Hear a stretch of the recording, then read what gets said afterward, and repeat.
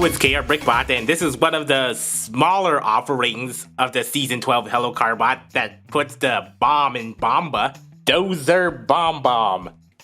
It's a smaller box than most Carbot boxes, but this is a thicker box in depth.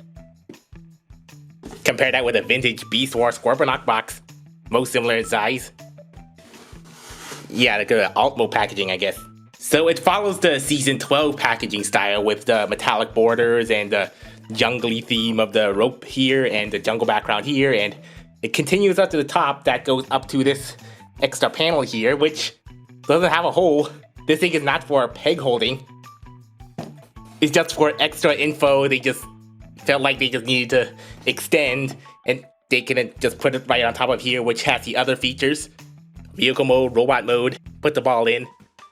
Cube pack included, and 2 balls. All CG renders. This side of the box has a different render pose and a better look at the word mark. It has that Stone Age hammer and a dozer in the word mark. Back of the box shows that exact same illustration but with the ball and a different illustration for the vehicle mode. And this shows you how to launch the ball. And all sorts of warnings you would give for a toy that can launch things. The other side is the vehicle mode, so... And the bottom is all the information here. Separate codes for the main figure, the cube, and the balls. Stamped May of 22.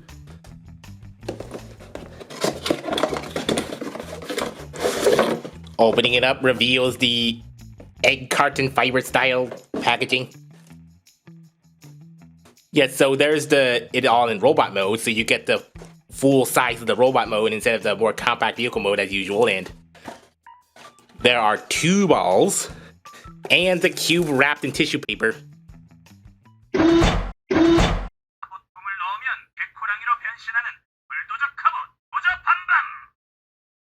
실제와 반대로 말하는 걸 좋아하지. 하지만 비록 말은 반대로 해도 한번 행동을 하면 밀어붙이는 힘이 굉장하다고. 특히 오늘의 10초라고 외친 후에 10초 동안 엄청난 속도와 에너지로 일 처리하는 것을 보면 또 놀랄 거야. 물론 그 후에는 에너지 방전으로 쓰러지지만 말이야. 그때는 차탄의 시계에서 시공 에너지를 받아 다시 기운을 차리지. 안녕 차탄. 나는 용맹함으로 세상을 지배하는 불도저 카봇 도저밤밤이야. 응! 입에서 나가는 강력한 하울링 타이거 충격파. 참 착해요. 우리 라인 일당 어찌나 착한지 맞을 짓만 골라서예요. 하얀 호랑이 형상이 나타나는 강력한 카봇품 도저밤밤품. 뭐라고? 호랑이가 멸종 위기라고? 안 돼. 절대로 사라지게 할 순 없어. 어린 친구들, 사라져가는 동물들을 도와줘. So this is a pure white fictional bulldozer. A very squarey bulldozer. I mean, the first thing you would notice is that how the blade is just... It's a blade with the side lips, but it's sunken in. I mean, there is some sort of unusual shaped grill hanging right over it. I mean, I think the blade would jut out so that the rubble would go over, but then rubble would get stuck here and in the cracks here. I mean, I think even the show at one point extended those blades. So yeah, that is a very unusual bulldozer, and not sure how practical that would be for a thing that if it was designed in real life. Anyway, yeah, there's the grill. It's vaguely grill shaped, red headlights, and there's also a bit of a curl lip upward. Not sure how well some driver could see through that. Yeah, but there's that thing also. Yeah, that is a very unusual front for a bulldozer. It kind of more looks like a tanked car with a bulldozer blade on it. It has all sorts of panel lines and cuts and, you know, also little suggestions of hatches and grooves in here. Little steps, little bumps here. Tiny little buttons in here, and there's the silver painted smokestacks that smoke out this way. The windows are nicely painted black. Look like 3 sections, like one slightly reinforced section here, and then front is pretty clear, and then I'm not sure if these side rectangles are meant to be extra windows or extra panel covers. I mean, the fact they're all black kind of makes it confusing. I mean, I don't think it's that practical to have any windows here. And tiny little red tail lights. The Caterpillar track section also pretty nicely detailed. More striping here, 5 sets of big wheels and 2 little wheels up here. Of course, they roll on fake caster wheels, which rolls really well. Really nice, smooth pinned wheels. It's a pretty square and compact bulldozer compared to the typical large Carbot. So, what's Dozerbombbom's scale in the show? Is it like a mini bulldozer? Nope, it's a big full-size dozer. So it fits in the 132 deluxe car scale as a big dozer, like a big dozer that could be comparable to Voyager size.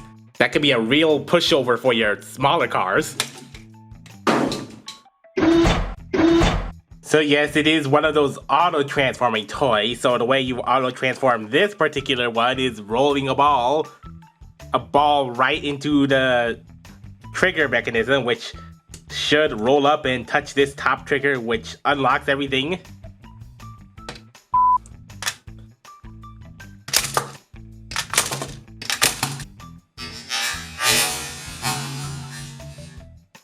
So it now transformed into a tiger, a white and yellow tiger, because if this was an all white tiger, I guess that would be visually boring, so they just contrasted it with yellow. Yep, so that is the shape of a tiger, you can tell with the obvious tiger head with a big black nose. I think the separate plastic stripes on the top, but then the black painted outline on the sides, and those could be separately plastic eyes, but painted red. Some nice growling fangs over a flap. Yeah, that is quite a tray of a flap. I mean, that it would have been nice if this would fold down, so you could actually get a full head, but then that would get in the way of the launcher. And its other tiger-like features are its front claws. Yeah, those 4 silver painted claws. Not much going on the inside. There is some hollow details of some hollow lining in there. Yeah, I guess you could go batting. And then the lightning-shaped stripes. 3 stripes of black, including an actual Thunderbolt symbol here. In case that wasn't obvious enough, I know that seems a little overboard, but that's a... And then the back, it has some tiger legs molded in there with some feet. That's why it has that big of a bulge, because to make some room for the feet, and I guess implied panel lining that kind of goes along with the striping. And then there's the tail. Yep, that's a pretty curvy tail that also goes right in here, and then there's a big black void just to separate it out, and it's not hollow, so it's not here with a...